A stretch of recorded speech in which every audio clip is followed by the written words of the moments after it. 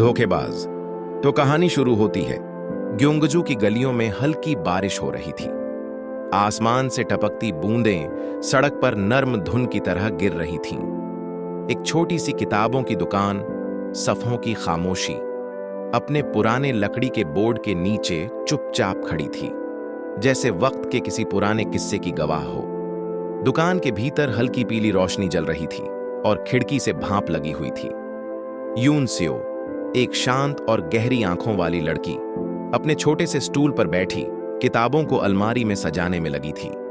उसके चेहरे पर नमी की एक परत थी, शायद मौसम की वजह से या शायद किसी बीते ख्याल की। तभी दुकान का दरवाजा धीमे से खुला। घंटी की धीमी सी टन टन ने वातावरण की चुप्पी को हल्के से छेड़ा। दरवाजे के पास एक लड़का खड़ा था, गीले बाल, भीगा हुआ चेहरा और हाथ में एक नीली छतरी जो आधी टूटी हुई थी। उसके चेहरे पर हल्की मुस्कान थी, लेकिन आंखों में थकान और कुछ बेचैनी छिपी हुई थी। यून सेओ ने नजरें उठाईं। कुछ पल को दोनों की आंखें मिलीं। पहली नजर में कोई कहानी नहीं बनी, लेकिन कहीं कुछ महसूस जरूर हुआ। माफ कीजिएगा, लड़का बोला, क्या मैं थोड़ी देर यहां रुक सकता हूं? बाहर बहुत तेज बारिश है। यून सेओ ने सिर हिलाया और पीछे के कोने की ओर इशारा किया। लड़का धीमे कदमों से भीतर आया। बारिश की बूंदें उसके कोट से टपक रही थीं, लेकिन उसने सावधानी से पांव रखा, मानो इस जगह की नमी और सन्नाटे को खराब नहीं करना चाहता। वो कोने में रखी कुर्सी पर बैठ गया। यून सेओ ने ध्यान दिया कि उसकी नजरें किताबों पर नहीं, बल्कि चारों ओर की दीवारों पर थीं, जैसे वो इस जगह की आत्मा को महसूस करना चाहता हो। कुछ देर बाद उसने एक किताब उठाई, तुम्हारी याद की छांव में, और पन्ने पलटने लगा। यून सेओ ने अपनी जगह से एक कप कॉफी बनाई और चुपचाप उसके पास रख दी। लड़के ने चौंक कर देखा और मुस्कुराकर कहा, शुक्रिया। बहुत दिनों बाद किसी ने बिना कहे इतना खूबसूरत एहसान किया। यून सेओ कुछ नहीं बोली, बस हल्का सिर झुकाकर मुस्कुराई। दुकान के बाहर बारिश तेज हो चुकी थी, पर अंदर एक अजीब सी शांति थी, जैसे वक्त कुछ देर के लिए रुक गया हो। लड़के की उंगलियां किताब के पन्नों पर थीं, लेकिन उसकी निगाहें यून सेओ की ओर बार बार चली जाती थीं। यून सेओ ने नोटिस किया, लेकिन कुछ नहीं कहा। बस उसने धीरे धीरे अपने पुराने रेडियो को ऑन कर दिया। उसमें एक धीमा कोरियाई सॉन्ग चल पड़ा, पुरानी यादों की सी महक वाला। कुछ मिनटों बाद लड़का बोला, मेरा नाम ह्योन वू है। कभी कभी लगता है जिंदगी में कुछ लम्हे ऐसे होते हैं जो पहले से तय होते हैं, जैसे अभी ये दुकान, ये बारिश और आप। यून सेओ थोड़ी चौंकी, पर मुस्कुरा दी। मैं यून सेओ हूं, उसने कहा, और ये दुकान, ये मेरी दुनिया है। बारिश अब धीरे धीरे थमने लगी थी, पर दुकान के भीतर एक मुलाकात की बारिश अभी भी जारी थी। वो दोनों अजनबी नहीं रहे थे। पहली मुलाकात में कुछ नहीं कहा गया था, लेकिन बहुत कुछ समझा गया था। यून सेओ की आंखों में एक नई कहानी की शुरुआत झलक रही थी, और ह्योन वू की मुस्कान में एक राज छुपा था। सड़कें अब भीगी हुई थीं, लेकिन दुकान के भीतर एक रिश्ता सूखने की बजाय खिल रहा था, धीरे लेकिन खूबसूरती से। सुबह की पहली किरण जब यून सेओ की किताबों की दुकान की खिड़की पर पड़ी, तो उसके भीतर एक अजीब सी बेचैनी थी। वो बार बार घड़ी की ओर देखती, फिर किताबों की धूल झाड़ने लगती। दुकान में हर चीज अपनी जगह पर थी, मगर उसका मन जैसे कहीं भटक रहा था। पिछली रात की वो मुलाकात उसके भीतर किसी अनकहे जादू की तरह बस गई थी। ह्योन वू की बातें, उसकी आंखों की शांति और वो टूटी हुई नीली छतरी, सब कुछ अब यादों के सबसे खूबसूरत कोने में था। दोपहर के ठीक बाद दरवाजे की घंटी फिर से बजी। यून सेओ ने पलटकर देखा, वही चेहरा, वही मुस्कान। इस बार वो थोड़ा ज्यादा सधा हुआ लग रहा था। हाथ में एक छोटा सा पौधा था, सफेद गुलदाउदी का। मैंने सोचा इस शांत जगह को कुछ हरियाली दी जाए, उसने कहा। यून सेओ मुस्कुरा दी और पौधे को सामने की खिड़की के पास रख दिया। अब वहां एक नई ताजगी थी। ह्योन वू अब रोज आने लगा, कभी बिना बोले घंटों किताब पढ़ता, कभी यून सेओ से जीवन की छोटी छोटी बातें करता। वो बातें जो औरों को मामूली लगती, यून सेओ के लिए किसी कविता जैसी होती। वो बताता कि कैसे उसे बचपन से ही किताबों की खुशबू पसंद थी और कैसे वो भी एक बार लेखक बनना चाहता था। यून सेओ चुपचाप सुनती रहती, जैसे हर शब्द को अपने दिल में सहेज रही हो। धीरे धीरे दुकान की दीवारें सिर्फ किताबों से नहीं, हंसी और मुस्कानों से भी भरने लगीं। यूनसेओ ने गौर किया कि ह्योन-वू को हर चीज में परफेक्शन चाहिए, चाहे वो किताबों की अलाइनमेंट हो या कॉफी के कप में झाग का संतुलन। वो हर बार अपनी कुर्सी को एक तय कोण पर घुमाकर बैठता और यूनसेओ को ये आदतें शुरू में बहुत प्यारी लगीं। वो सोचती, कितना खूबसूरत है कोई इंसान जो छोटी छोटी बातों में इतना ध्यान रखता है। एक दिन जब दुकान में कोई ग्राहक नहीं था, ह्योन-वू ने यूनसेओ से पूछा, क्या तुमने कभी किसी को बदलने की कोशिश की है? यूनसेओ थोड़ी देर चुप रही, फिर बोली, नहीं, मैं हमेशा चाहती हूं कि लोग जैसे हैं वैसे ही रहें। ह्योन-वू मुस्कुराया, लेकिन उस मुस्कान में कोई थकावट छिपी थी। मैंने बहुत बार खुद को बदलने की कोशिश की, उसने कहा, लेकिन कुछ आदतें वो जैसे खून में उतर जाती हैं। उस दिन पहली बार यूनसेओ ने उसकी आंखों में दर्द देखा, गहरा, पुराना और शायद अनछुआ। लेकिन वो कुछ नहीं बोली। उसने बस रेडियो ऑन किया और उस पर वही पुराना सॉन्ग चल पड़ा। अगले कुछ हफ्तों में उनकी नजदीकियां बढ़ती गईं। अब ह्योन-वू कभी कभी दुकान की अलमारियों को भी सलीके से सजाने में मदद करता। वो दोनों मिलकर किताबों की दुनिया में एक नई कहानी बुन रहे थे। यूनसेओ को लगने लगा कि वो उसकी जिंदगी का हिस्सा बन रहा है। उसके आने से दुकान का हर कोना जैसे मुस्कुराने लगता। पर साथ ही यूनसेओ ने एक और चीज महसूस की, ह्योन-वू की आदतें। वो छोटी छोटी चीजों को लेकर बहुत जिद्दी था। अगर कोई किताब 1 इंच भी टेढ़ी रख दी जाए तो वो तुरंत उसे सीधा कर देता। अगर कॉफी की मिठास थोड़ी भी ज्यादा हो जाए तो उसका मूड बिगड़ जाता। यूनसेओ को ये सब अब थोड़ा अजीब लगने लगा था, मगर उसने खुद से कहा, ये सब आदतें हैं, बदल जाएंगी, मैं उन्हें समझा लूंगी। वो नहीं जानती थी कि यही सोच एक दिन उसके दिल को सबसे ज्यादा दुख देगी। किताबों की दुकान अब भी वहीं थी, दीवारें अब भी वहीं थीं, पर अब उनके बीच एक नई शुरुआत के साथ एक अनजानी चुनौती भी धीरे धीरे आकार ले रही थी। गर्मी के मौसम ने ग्योंगजू की गलियों को चमका दिया था। किताबों की दुकान की खिड़की पर धूप की किरणें उतरकर अलमारियों को सुनहरा कर रही थीं। यूनसेओ अपनी सफेद कॉटन की ड्रेस में दुकान के एक कोने में बैठी थी, हाथों में एक पुरानी डायरी और चेहरे पर हल्की चिंता की रेखाएं। ह्योन-वू आज फिर देर से आने वाला था, और ये पहली बार नहीं था। पहले जहां वो हर सुबह दुकान खुलने से पहले आ जाया करता था, अब वो दिन में कभी कभार आता था और कभी बिना बताए चला भी जाता था। यूनसेओ ने उस डायरी में अपनी उलझनें दर्ज की थीं, हर वो पल जब उसे लगा कि चीजें बदल रही हैं। अब ह्योन-वू की परफेक्शन की आदतें उससे टकराने लगी थीं। वो अब छोटी छोटी बातों पर नाराज हो जाता, जैसे रेडियो की आवाज जरा सी तेज हो जाए या किताब गलत शेल्फ पर रखी मिल जाए। वो नाराज होता, कुछ नहीं कहता, बस चुपचाप खड़ा रहता, और उसकी खामोशी यूनसेओ को भीतर से हिला देती। एक दिन दुकान में एक बच्ची आई अपनी मां के साथ। बच्ची ने गलती से एक किताब उलटी रख दी। यूनसेओ मुस्कुराई, लेकिन ह्योन-वू ने तुरंत जाकर किताब उठाई, उसे सीधा किया और बिना कुछ कहे मां बेटी की ओर देखा। उस नजर में ऐसा असहज तंज था कि मां बेटी तुरंत बाहर चली गईं। यूनसेओ ने कुछ नहीं कहा, लेकिन उसके मन में कुछ दरक गया। अगले दिन उसने हिम्मत की और ह्योन-वू से पूछा, क्या हर चीज हमेशा तुम्हारे तरीके से ही होनी चाहिए? ह्योन-वू ने बिना उसकी ओर देखे जवाब दिया, मुझे जो सही लगता है वही करता हूं, आदत है, बचपन से। यूनसेओ ने धीमे से कहा, पर हर किसी की आदतें तुम्हारी जैसी नहीं होती। ह्योन-वू ने तब पहली बार जोर से कहा, तो बदल लो उन्हें, जैसे तुम मुझे बदलना चाहती हो। वो शब्द यूनसेओ के सीने में तीर की तरह लगे। वो तो बस चाहती थी कि वो थोड़ी रफ्तार कम करे, थोड़ा मुस्कुरा दे, थोड़ा समझे। पर अब ये साफ था, ह्योन-वू नहीं बदलना चाहता था। कुछ दिन बाद यूनसेओ ने उसकी पसंद की कॉफी बनाई, किताबें उसकी पसंद से सजाईं, रेडियो बंद रखा, और फिर भी ह्योन-वू देर से आया। और जब आया तो किसी बात पर नाराज होकर वापस चला गया। यूनसेओ उसके पीछे नहीं गई, वो बस उसी स्टूल पर बैठी रही, अपनी डायरी को टक-टक देखती रही। उसी रात वो देर तक दुकान में बैठी रही। बाहर बारिश नहीं थी, लेकिन उसके मन के भीतर कुछ भीगता रहा। उसने पहली बार खुद से सवाल किया, क्या मैं सिर्फ उसकी आदतों को प्यार कर रही थी या उस इंसान को भी जो उन आदतों के पीछे छिपा है? और जवाब मिला, मैंने उससे प्यार किया, ये सोचकर कि वो एक दिन बदल जाएगा। दुकान की दीवारें अब भी वही थीं, लेकिन अब वहां एक अनकहा सन्नाटा था।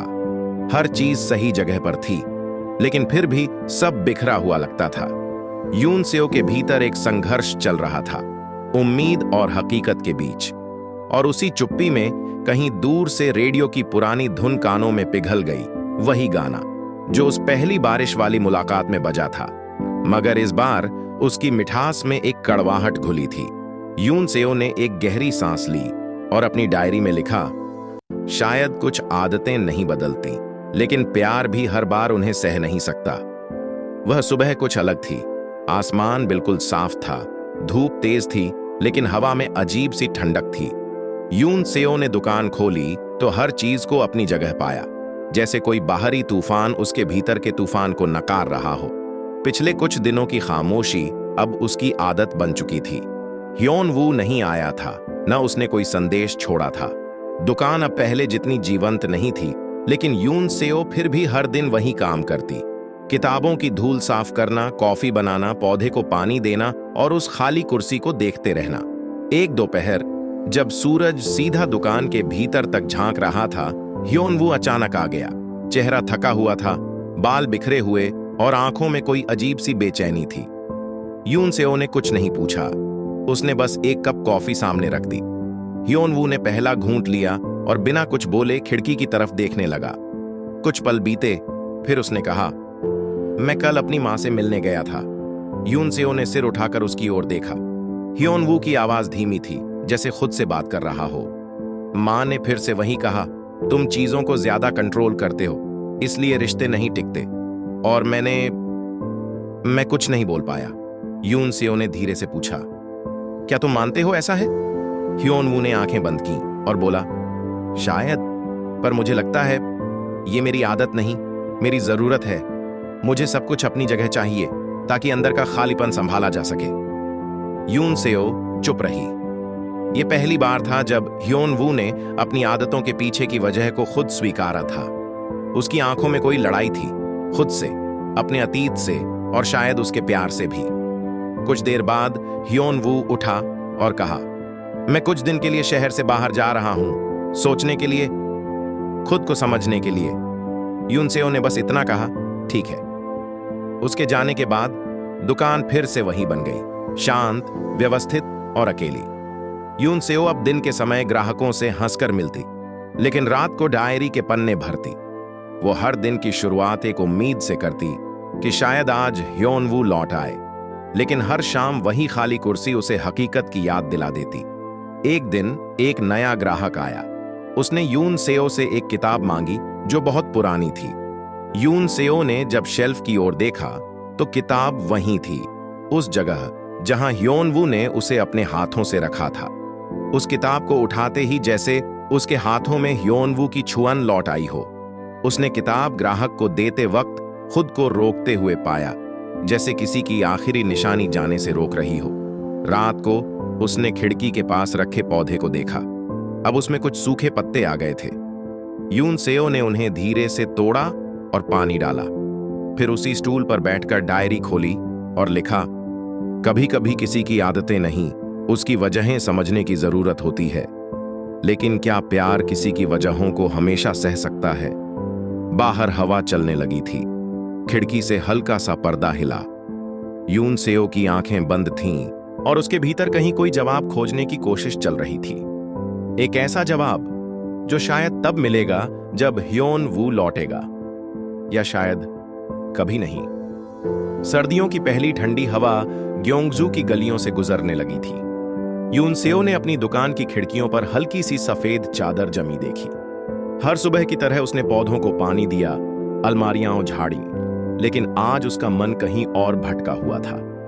ह्योन वू गए हुए 1 महीना हो चुका था। न कोई कॉल, न कोई संदेश, बस एक लंबी खामोशी जिसने उसके मन में अनगिनत सवालों की धुंध फैला दी थी। उस दिन दुकान में एक बूढ़ा दंपत्ति आया।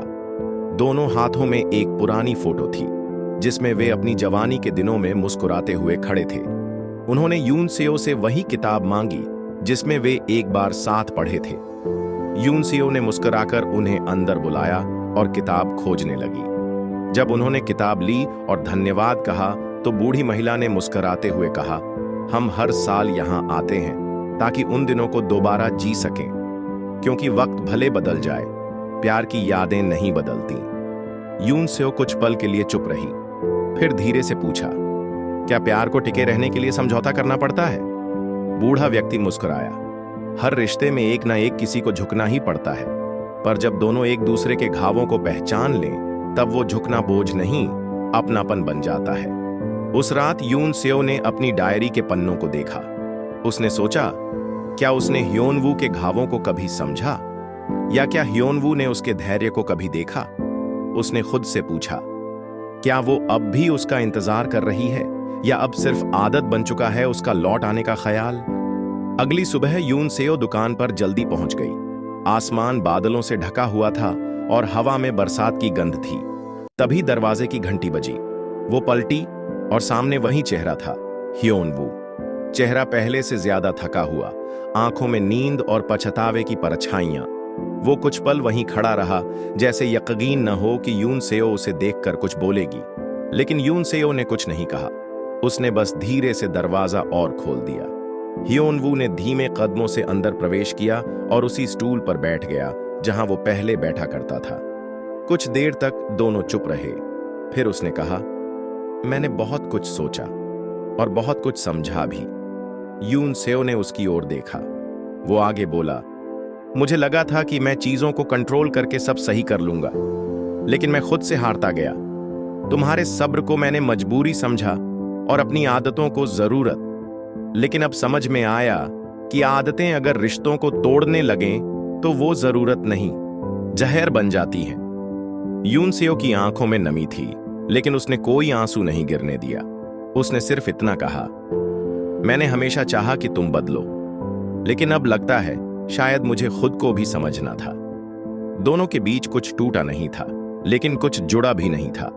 वो बस एक मोड़ पर खड़े थे, जहां या तो नई शुरुआत हो सकती थी या शांत विदाई। ह्योनवू ने अपनी जेब से एक छोटी सी चाबी निकाली, दुकान के पिछले कमरे की चाबी, जो वो अक्सर अपने पास रखता था। उसने चुपचाप यून सेओ की हथेली में रख दी और कहा, अगर कभी माफ कर सको तो शायद हम फिर से किताबें चुन सकते हैं एक साथ। फिर वो मुड़ा और बाहर चला गया, और यून सेओ हाथ में चाबी पकड़े उस बंद दरवाजे को देखती रही, जैसे किसी पुराने पन्ने को दोबारा पढ़ रही हो, मगर इस बार बिना उम्मीद के, बस समझदारी के साथ। बारिश की हल्की बूंदें खिड़की के शीशों से टकरा रही थीं। दुकान के अंदर एक गीली सी उदासी पसरी थी, जैसे कोई धीमा सा संगीत चल रहा हो, सुनाई तो दे रहा हो मगर समझ नहीं आ रहा। यून सेओ ने धीरे से कांच को साफ किया, बाहर झांका, लेकिन रास्ता खाली था। उस दिन से 2 हफ्ते हो चुके थे जब ह्योनवू चाबी देकर गया था। न कोई संदेश, न कोई दस्तक, पर यून सेओ हर सुबह उसी चाबी को टेबल पर रखती, जैसे कोई अनकहा वादा निभा रही हो। उस शाम एक युवा लड़की दुकान में आई, बारिश से भीगी हुई, कांपती हुई। यून सेओ ने उसे तौलिया दिया और बैठने को कहा। लड़की ने चाय का कप थामा और कांपती आवाज में कहा, कभी कभी किसी की आदतें हमें उनके प्यार से ज्यादा चोट देती हैं, लेकिन फिर भी हम उसी प्यार को पकड़कर बैठे रहते हैं। यून सेओ ने चुपचाप उसकी बात सुनी, जैसे वो खुद से बात कर रही हो। लड़की के जाने के बाद यून सेओ ने स्टूल पर बैठकर अपनी डायरी खोली। उसने उस पन्ने को पढ़ा जिसमें लिखा था, शायद मैं उसे बदल नहीं सकी, लेकिन शायद उसे समझने की कोशिश में खुद को खो दिया। उस पंक्ति को देखते हुए उसने कलम उठाई और नीचे लिखा, अब मैं खुद को फिर से खोजूंगी। अगले कुछ दिनों में यून सेओ ने खुद को बदलना शुरू किया। उसने दुकान की सजावट बदली, खिड़कियों पर नए पर्दे लगाए, किताबों के सेक्शन फिर से सजाए, एक नया कोना बनाया जहां लोग अपने दिल की बातें छोटी चिट्ठियों में लिखकर छोड़ सकते थे। उसने नाम रखा मौन कहानियां। धीरे धीरे वो कोना सबसे खास बन गया। हर दिन लोग आते, बैठते, पढ़ते और अपनी कहानियां छोड़ जाते। कुछ अधूरी मोहब्बतें, कुछ बिछड़े रिश्ते और कुछ ऐसे भी जो कभी कहे ही नहीं गए। यून सेओ हर रात उन चिट्ठियों को पढ़ती और उसमें कहीं ना कहीं खुद को ढूंढती। एक दिन एक चिट्ठी मिली, सादी सी, बिना नाम के। लिखा था, अगर मैं वापस आऊं तो क्या तुम मुझे उसी मुस्कान के साथ देख पाओगी या उस खालीपन के साथ जो मैंने छोड़ा था। उस चिट्ठी को पढ़ते ही यून सेओ के हाथ कांप उठे। उसकी धड़कन तेज हो गई। वो जानती थी ये कोई और नहीं, वही था। लेकिन उसने कोई जवाब नहीं लिखा। उसने बस चिट्ठी उसी कोने में छोड़ दी जहां हर किसी की कहानी रहती थी, खुली लेकिन अनकही। अगली सुबह दुकान खुली, खामोशी थी, लेकिन हवा में कोई बेचैनी नहीं थी। यून सेओ ने अपनी डायरी में एक नई पंक्ति जोड़ी, मैं अब किसी के लौटने का इंतजार नहीं करती। अगर वो आए तो मेरा दरवाजा खुला है, लेकिन मेरी दुनिया अब सिर्फ उसके इंतजार पर नहीं टिकी। बारिश थम चुकी थी, सूरज बादलों के पीछे से झांकने लगा था। दुकान की खिड़की पर रोशनी पड़ी और उसी कोने पर वो चाबी अब भी रखी थी, बिल्कुल वहीं जैसे किसी दिन की उम्मीद हो जो कभी आए या न आए। यून सेओ ने एक नई किताब खोली और पढ़ना शुरू किया। वो मुस्कुरा रही थी, धीमे, शांत और मजबूत, क्योंकि अब वो जान चुकी थी कि आदतें बदलें या न बदलें, लेकिन अगर आप खुद को समझ लें तो आप किसी के न बदलने से टूटते नहीं और किसी के लौटने से बिखरते नहीं। शाम का वक्त था। सूरज की किरणें दुकान के कांच से छनकर यून सेओ के चेहरे पर पड़ रही थीं। वो किताबों के एक ढेर को व्यवस्थित कर रही थी जब अचानक दरवाजे की घंटी बजी। यून सेओ ने सर उठाया। वो वहीं था, ह्योन वू, वही चेहरा, बस आंखों में थकावट और अजनबीपन का बादल था। वो चुपचाप दरवाजे के पास खड़ा था, जैसे अंदर आने की हिम्मत जुटा रहा हो। यून सेओ ने उसे देखा, लेकिन कोई प्रतिक्रिया नहीं दी। उसकी आंखों में कोई गुस्सा नहीं था, न ही कोई सवाल, बस एक शांति जो किसी तूफान के बाद आती है। ह्योन वू ने धीमे कदमों से अंदर कदम रखा। उसकी नजरें इधर उधर घूमती रहीं, जैसे हर कोना कुछ कह रहा हो। उसने वो मौन कहानियों वाला कोना देखा जहां सैकड़ों चिट्ठियां रखी थीं। उसने एक चिट्ठी उठाई और पढ़ना शुरू किया। उस पर लिखा था, कभी कभी किसी के न बदलने से हम खुद बदल जाते हैं और वो बदलाव जरूरी होता है। वो जान गया ये यून सेओ ने ही लिखा था। दोनों के बीच अब भी खामोशी थी, लेकिन वो खामोशी बोझिल नहीं थी। ह्योन वू ने पहली बार उसकी तरफ देखा और कहा, मैंने कोशिश की थी खुद को बदलने की, लेकिन मैं हार गया। उसकी आवाज टूट रही थी, जैसे हर शब्द के साथ कोई पछतावा बाहर आ रहा हो। यून सेओ बस देखती रही। उसने कोई जवाब नहीं दिया, न ही कोई तसल्ली दी। ह्योन वू ने फिर कहा, मैं जानता हूं मैंने तुम्हें बहुत तकलीफ दी, मेरी आदतें, मेरी गैर मौजूदगी, मेरा झूठ, लेकिन मैं तुम्हें हर बार यही कहता रहा कि मैं बदल जाऊंगा। और अब जब तुम बदल गई हो तो मुझे डर लग रहा है, क्या तुम मुझे अब भी अपनाओगी। यून सेओ ने अपनी किताब बंद की और धीरे धीरे उसकी ओर बढ़ी। वो एक पल के लिए रुकी, फिर बोली, मैंने तुम्हें कभी नहीं बदला, मैंने बस तुम्हें समझने की कोशिश की, पर तुमने कभी खुद को समझने की कोशिश नहीं की। उसकी आवाज में कोई आरोप नहीं था, बस एक सच था जिसे अब छिपाना मुमकिन नहीं था। ह्योन वू की आंखें भर आईं। उसने कहा, मैं वापस इसलिए नहीं आया कि सब ठीक हो जाएगा, मैं आया हूं क्योंकि अब मुझे समझ आ रहा है कि क्या खो गया है। यून सेओ ने हल्की मुस्कान दी, वो मुस्कान जिसमें अब कोई उम्मीद नहीं थी, बस एक स्वीकृति थी। वो एक पल चुप रही, फिर बोली, दुकान का दरवाजा हर किसी के लिए खुला है, लेकिन मेरे दिल का दरवाजा अब खुद के लिए खुला है। उसके इन शब्दों ने ह्योन वू को जैसे भीतर तक झकझोर दिया। उसने सिर झुका लिया। कुछ देर बाद ह्योन वू बाहर निकल गया। वो पलट कर देखना चाहता था, लेकिन नहीं देखा, और यून सेओ ने खिड़की से देखा, लेकिन दिल में कोई बेचैनी नहीं थी। उसकी दुनिया अब उस एक इंसान के लौटने या चले जाने से नहीं हिलती थी। उस रात यून सेओ ने अपनी डायरी में एक पंक्ति लिखी, वो वापस आया, लेकिन मैं कहीं और चली गई हूं, एक ऐसी जगह जहां सिर्फ मैं हूं और मेरी शांति। खिड़की के बाहर फिर से हल्की बारिश होने लगी थी, लेकिन इस बार यून सेओ ने खिड़की बंद नहीं की। बारिश की बूंदों ने उसे सुकून दिया, जैसे वो कह रही हों, अब सब कुछ ठीक है क्योंकि तुमने खुद को पा लिया है। गर्मियों की शाम थी, हवा में एक अजीब सी मिठास थी जो बदलते मौसम का संकेत दे रही थी। यून सेओ अपनी दुकान के बाहर कुर्सी पर बैठी थी, हाथ में वही डायरी जिसमें उसके बीते दिनों की परछाइयां दर्ज थीं। सूरज की आखिरी किरणें उसके चेहरे को छू रही थीं और उसके मन में एक शांति थी, जैसी लंबे युद्ध के बाद सैनिक को मिलती है। उसके पास अब कोई सवाल नहीं थे, कोई अधूरी उम्मीद नहीं, बस वो खुद थी, संपूर्ण, स्थिर और गहराई से शांत। उसी शाम एक बूढ़ा दंपति दुकान में आया।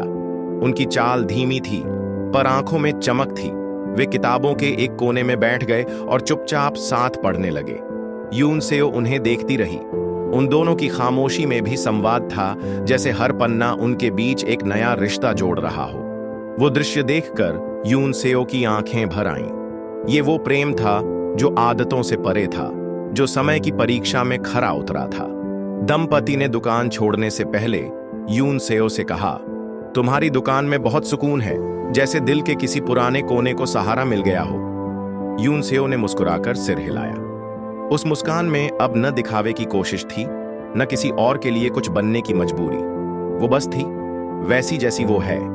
उसी रात यून सेओ ने एक नई पहल की घोषणा की।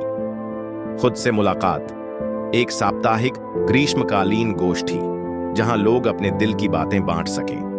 पहले दिन सिर्फ 4 लोग आए, लेकिन हर किसी की आंखों में कुछ कहने की चाहत थी। यून सेओ ने अपनी कहानी नहीं सुनाई, लेकिन हर कहानी सुनते हुए उसकी आंखों में सच्चा जुड़ाव था। वो बस सुनती रही, बिना टोके, बिना राय दिए। एक युवती ने अपने टूटे रिश्ते की बात की, एक बुजुर्ग ने अपनी अकेली जिंदगी की, एक लड़के ने बताया कि वो खुद को बार बार बदलने की कोशिश में थक गया है और अब समझ नहीं पा रहा कि वो असल में है कौन। यून सेओ ने उसकी आंखों में देखा और कहा, जब तुम खुद को नहीं समझ पाते, तब तुम सबसे ज्यादा सच्चे होते हो, क्योंकि तब तुम अपने अंदर झांकना शुरू करते हो। उस बात ने कमरे को मौन कर दिया, लेकिन उस मौन में गहराई थी, जैसे किसी ने अनजाने ही किसी जख्म पर मरहम रख दिया हो। यून सेओ ने महसूस किया कि अब उसकी दुकान एक साधारण जगह नहीं रही। ये एक ऐसा कोना बन गई थी जहां टूटे लोग खुद को जोड़ना सीखते हैं, बिना किसी दबाव के। उस रात यून सेओ ने अपनी डायरी में लिखा, कभी सोचा नहीं था कि किसी और को सुनते सुनते मैं खुद को इतना साफ सुन पाऊंगी। अब वो जान चुकी थी कि किसी को बदलने की जरूरत नहीं होती, अगर हम उन्हें वैसे ही स्वीकार कर सकें जैसे वो हैं। और सबसे पहले वो स्वीकार खुद से शुरू होता है। उसके कमरे की खिड़की अब हर रात खुली रहती थी, जैसे कोई कह रहा हो, अब डरने की जरूरत नहीं, अब कोई ऐसा हिस्सा नहीं जो छिपाया जाए। यून सेओ अब पूरी तरह से खुद बन गई थी, और यही उसकी सबसे बड़ी जीत थी। बारिश की एक बूंद अचानक खिड़की के शीशे से टकराई। यून सेओ ने मुस्कुराकर आसमान की ओर देखा। कोई उम्मीद नहीं थी, कोई इंतजार नहीं, फिर भी हर चीज पूरी लग रही थी। शरद ऋतु की शुरुआत हो चुकी थी। हवा में हल्की ठंडक थी और पेड़ों के पत्ते धीरे धीरे सुनहरे रंग में बदल रहे थे। यून सेओ अपनी किताबों की दुकान की खिड़की से बाहर देख रही थी, जहां सड़क पर लोग गर्म कपड़े पहनकर मुस्कुराते हुए चल रहे थे। हर चेहरा किसी नई शुरुआत की तरह लग रहा था। इतने महीनों में पहली बार उसके दिल में एक सुकून था, जैसे जिंदगी ने उसके जख्मों पर पट्टी रख दी हो। दुकान के कोने में एक पुराना कैनवास रखा था, जिसे वो अक्सर नजरअंदाज करती रही थी। उस दिन न जाने क्यों उसकी निगाह उस पर टिक गई। उसने धीरे से उसे उठाया और झाड़ पोंछ कर देखा। उस पर एक अधूरी पेंटिंग थी, नीले आसमान और टूटते बादलों के बीच अकेला पेड़। वो पेंटिंग उसी ने बनाई थी ह्योन वू के जाने के कुछ दिनों बाद, जब उसके भीतर सब कुछ बिखरा हुआ था। आज उस पेंटिंग को देखकर उसे अपना ही अक्स नजर आया, टूटा पर फिर भी खड़ा। वो कैनवास लेकर स्टोर के सामने आई और उसे दीवार पर टांग दिया। लोगों की नजर उस पर गई और कुछ देर तक सब खामोश खड़े रहे।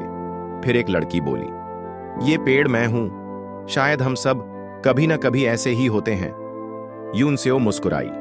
वो जानती थी ये पेंटिंग सिर्फ उसका अकेलापन नहीं थी, ये उन सबकी कहानी थी जो खुद से लड़ते हुए मुस्कुराना सीखते हैं। उस शाम एक अनजान चेहरा दुकान में दाखिल हुआ।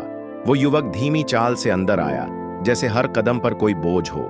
उसकी आंखों में थकान थी और होठों पर एक अधूरी मुस्कान। यून सेओ ने उसकी तरफ देखा और उसे ऐसा महसूस हुआ जैसे समय पलट गया हो। उसकी आंखों में ह्योन-वू की परछाई थी, पर यह कोई और था।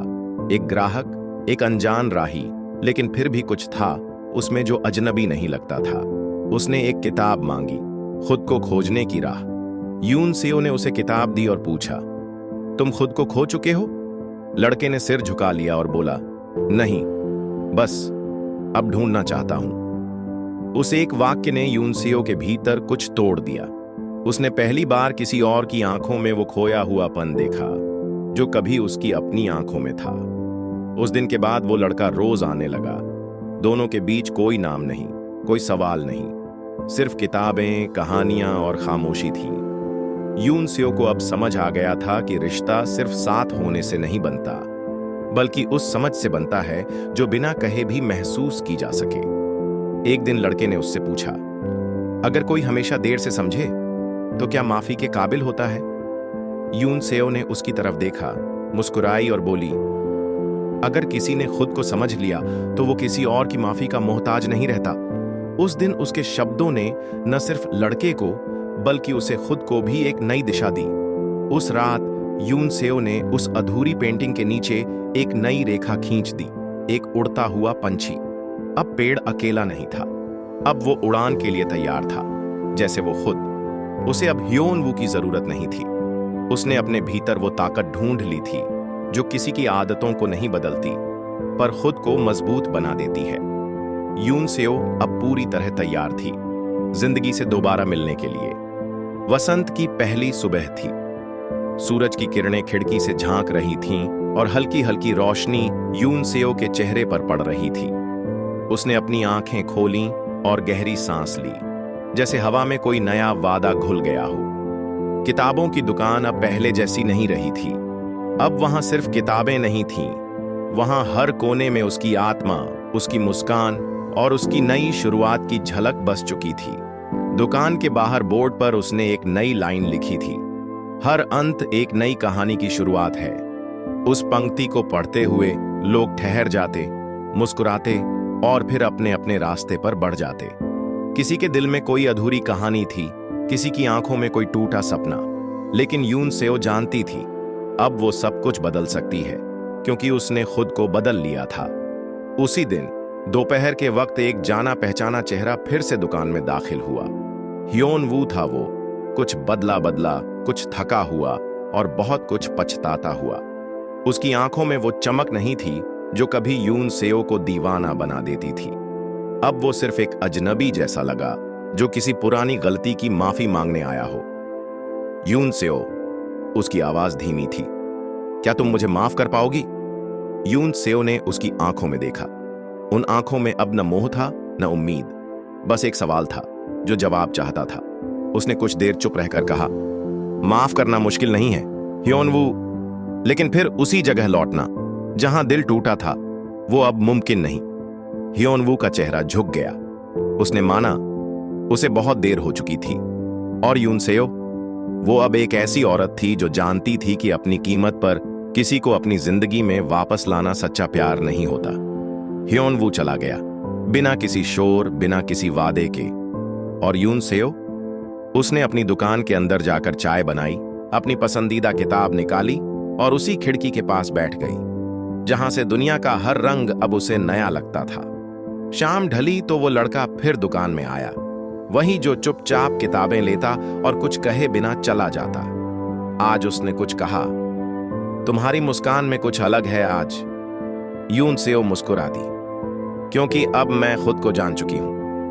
लड़के ने एक नई किताब उठाई और पूछा, क्या हम एक कहानी साथ में शुरू कर सकते हैं, बिना किसी पुराने पन्ने को पलटे हुए? यून सेओ ने उस किताब को देखा। उसका नाम था नई सुबह की ओर। उसने धीरे से सिर हिलाया। उस रात दुकान की लाइट देर तक जली रही। यून सेओ ने अपनी डायरी में लिखा, मैंने चाहा था किसी की आदतें बदलना, पर खुद को बदलना ही असली जीत है। अब मैं वही नहीं हूं जहां टूटी थी, अब मैं वहां हूं जहां मैं पूरी हूं। और उस पूरी लड़की की कहानी जिसने खुद को जोड़ा, संभाला और एक नई शुरुआत की, आज लाखों दिलों को छू रही थी। क्योंकि ये सिर्फ उसकी कहानी नहीं थी, ये हर उस इंसान की कहानी थी जो किसी की बुरी आदतों से टूटा और फिर खुद से जुड़कर फिर से जिया। आपको कहानी कैसी लगी कमेंट में जरूर बताना। इसी तरह की प्यार भरी स्टोरी देखने के लिए वीडियो को लाइक और चैनल को सब्सक्राइब करें।